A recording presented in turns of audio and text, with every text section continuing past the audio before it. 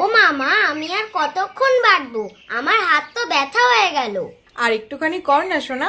আচ্ছা, করে দেব। তুমি দুটো নাড়ু দেবে তো? নাড়ু? এখন কেন? পুজো হয়ে যাক, তারপরে দেব। তাহলে পুজো কখন শেষ হবে? কেন খুব তাড়া পুজো শেষ হবার? পুজো শেষ হলেই তো স্কুল খুলে যাবে, সেটা খেয়াল আছে? আর দুদিন পরে করলে হতো না? দুদিন বেশি ছুটি খাওয়া যেত।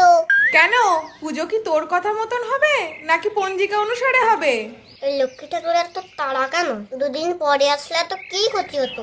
এই, ওখানে দাঁড়িয়ে কি বিড়বিড় করছিস রে? যা তাড়াতাড়ি স্নানটা করে আয়, একটু পরেই পুজো শুরু হবে। ওমা, সাপের মতো এটা দেখতে কি এঁকেছো? ওটা সাপ নয়, ওটা লক্ষ্মীর পায়ের ছাপ। লক্ষ্মী, এটা তো আমার পায়ের মতো হয়েছে। এরকম বলতে নেই, ঠাকুর পাপ দেবে। হ্যাঁ, ঠাকুর শুধু পাপই দেয়, একটু ছুটি দিতে পারে না দুদিন?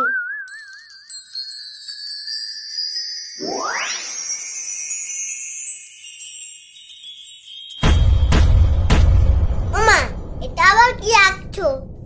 এটাকে স্বস্তিক চিহ্ন বলে। চষ্টি? আমার তো মনে হচ্ছে একটা মানুষ এরকম করে দাঁড়িয়ে আছে। দোল পূর্ণিমায় নিশি নির্মল আকাশ, ধীরে ধীরে বহিতেছে মলয় বাতাস। লক্ষ্মী দেবী লুচিগুলো তো চুপসে গেল। আমি আর কখন খাবো? এ দিদি, কখন শেষ হবে? আমি আর ওয়েট করতে পারছি না। দূর, আমি জানি না, চুপ করে বসতো। এ দিদি, আর কতক্ষণ? নারীগুলো তো আমার দিকে তাকিয়ে আছে, দেখ দেখ। না না, আমার দিকে তাকিয়ে আছে, তুই ভালো করে দেখ। তাহলে তুই দুটো নাড়ু নে, একটা তুই নে, একটা আমার দে।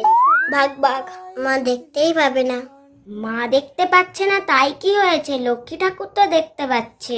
আর ওই যে পেঁচাটা তো নাড়ুর দিকেই তাকিয়ে রয়েছে। আমি তো আর পাচ্ছি না, প্রসাদের গন্ধে তো পেটে ইঁদুর দৌড়াদৌড়ি করছে।